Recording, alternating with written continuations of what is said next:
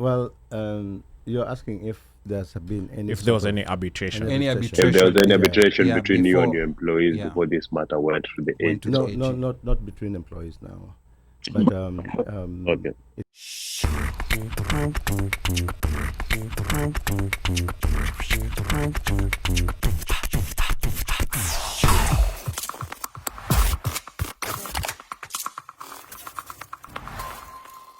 You say that this case had been going on for almost a year before it was published by the Attorney General's office. Had they, within that period of time, was there discussions of how this, whatever violation or theft, had they discussed, the options that were available at that time for correction before it went public?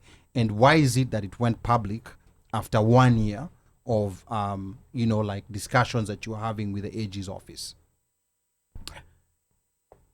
so I'll approach it. I'll come to your question Yeah.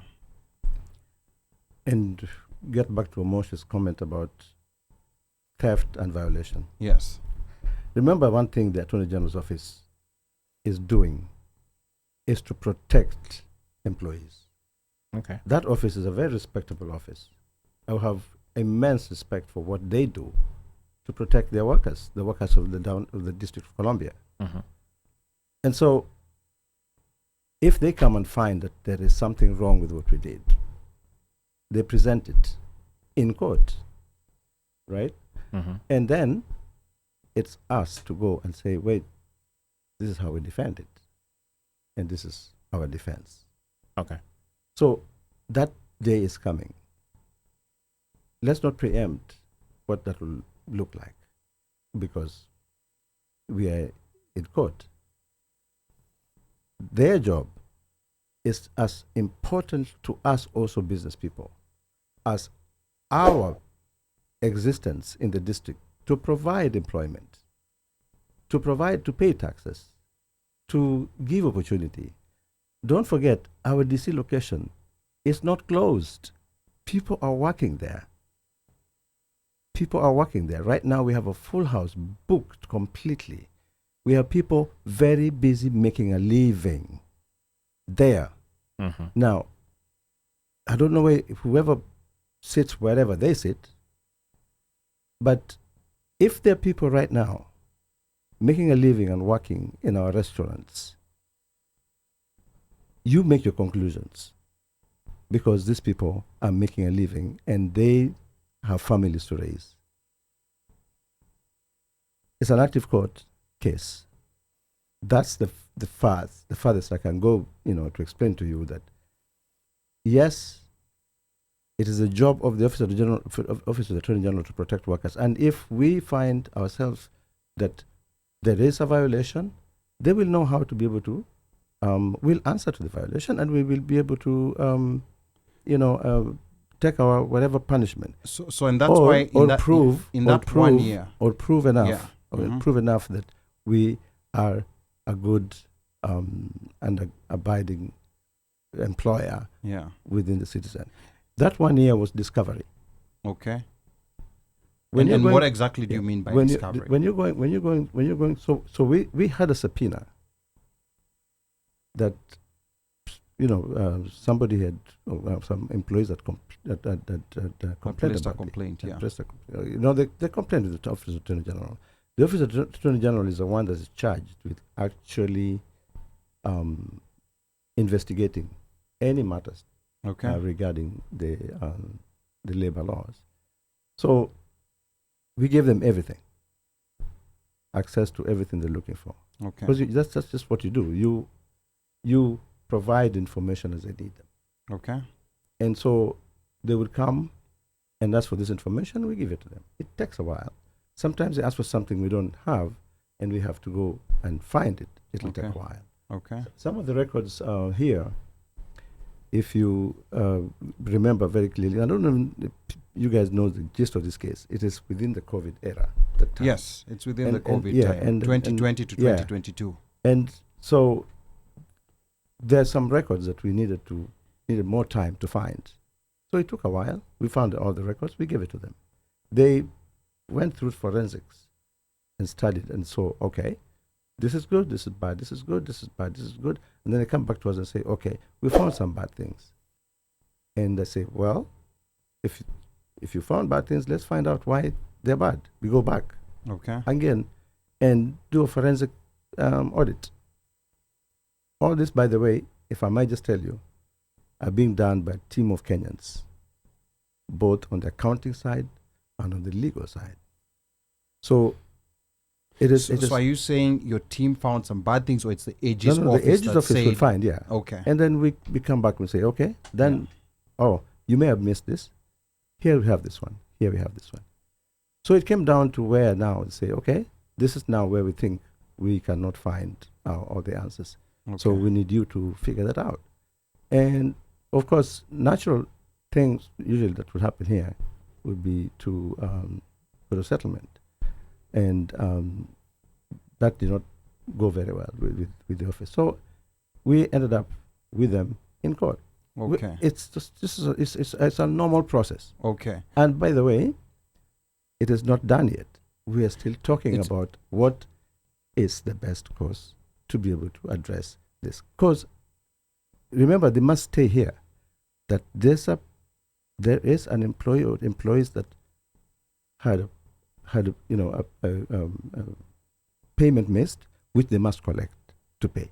And we're just telling them, tell us, let's be fair, tell us where we are, where we may have missed. And if we can prove all this, then we present ourselves and say, this is our offer now.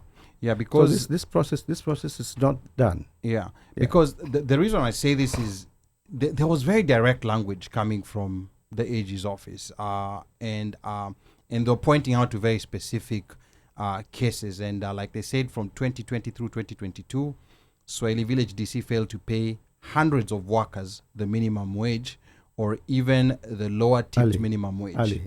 Ali, this is an active case in court.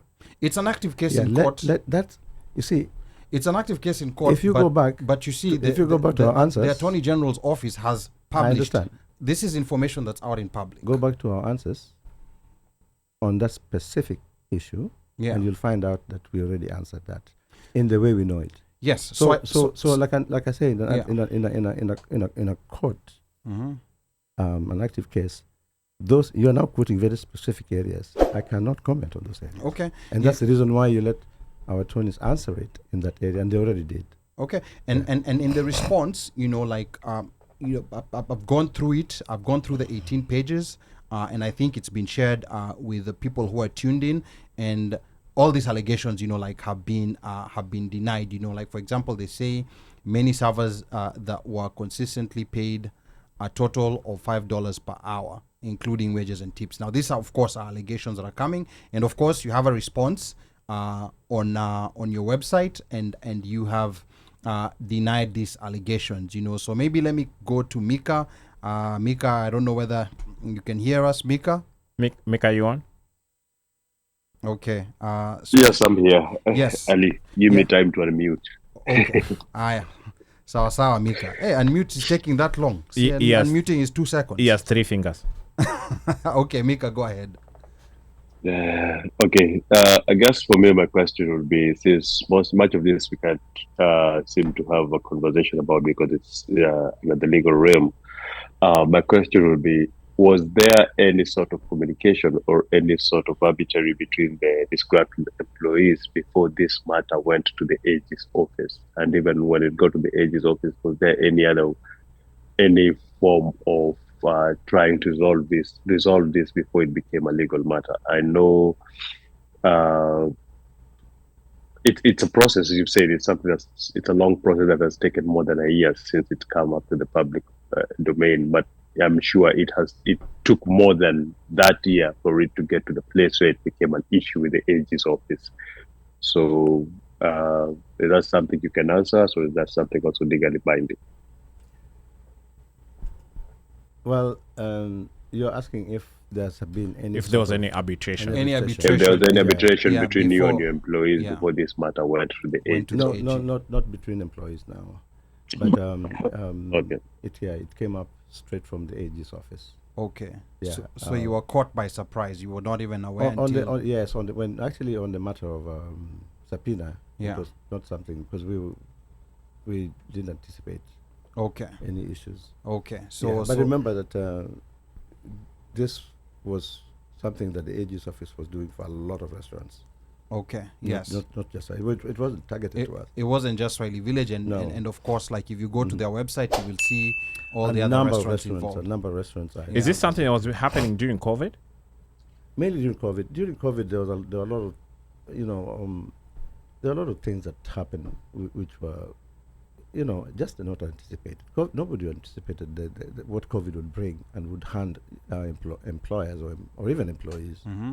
Yeah, so clearly, it's something that from studying what I see in the AG's docket, it was mainly a COVID-related issue. Some restaurants did better than others, and not just restaurants, companies, in keeping their records. Some did not very good, and it is just what it is. Okay, all right. Some comments coming here. Washek Ndirangu saying American restaurants are notorious for paying their employees very low and force patrons to subsidize their wages through tips. Swahili Village isn't the first restaurant being accused of withholding tips. So the argument that employees are the backbone of the business and would not be mistreated does not hold water.